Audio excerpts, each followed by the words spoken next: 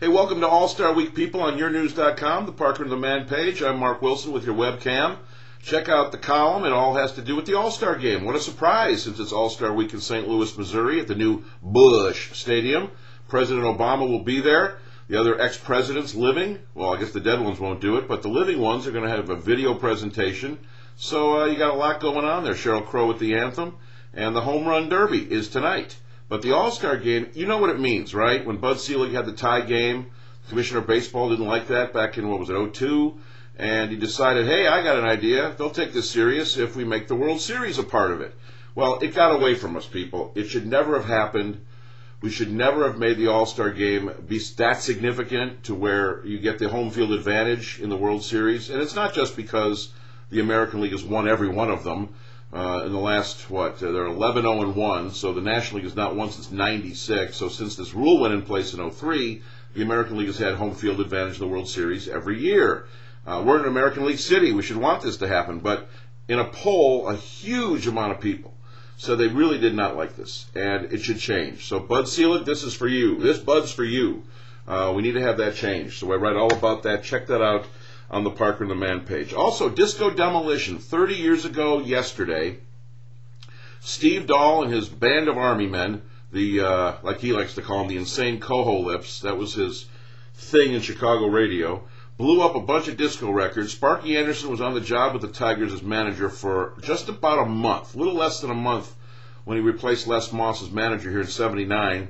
And he watched it all go down, and the Tigers and the White Sox were playing at Comiskey, 75,000 people, 20,000 couldn't get in. Dahl blows up the record, boom, blows them up, and the place goes nuts. Rioting ensues practically. Chicago police and riot gear to show up. They had to forfeit the second game the White Sox did. Bill Veeck comes out with the microphone. He's got the mic, and he's telling the people, we have been told by the American League office that we have to forfeit this game, the second game of the doubleheader. There's 2 games that day. And you can read all about what went on 1979, 30 years ago yesterday, at Disco Demolition Night in Chicago with Steve Dahl, who, of course, worked here in Detroit. He was a DJ in Detroit. His wife's from here, Janet. Carlos Pena makes the All-Star team. Dustin Pedroia had to pull out because of the consequences with his wife and her pregnancy.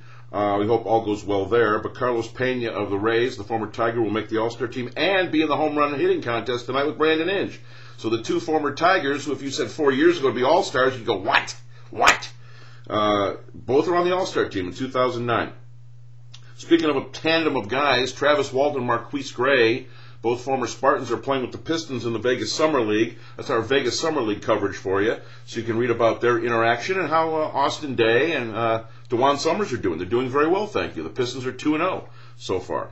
By the way, Ron Artest, I mentioned this the other time on the webcam.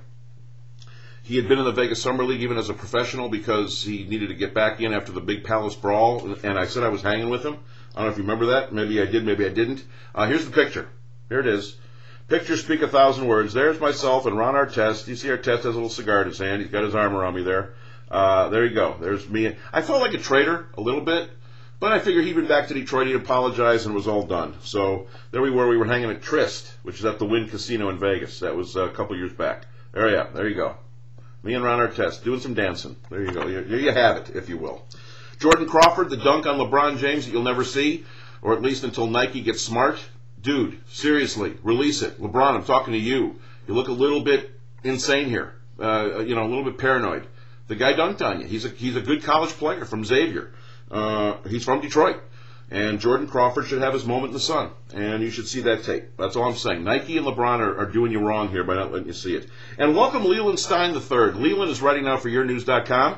We're glad to have Leland. He's a longtime Michigan writer. He's terrific. See him at the ball games. Check him out early and often.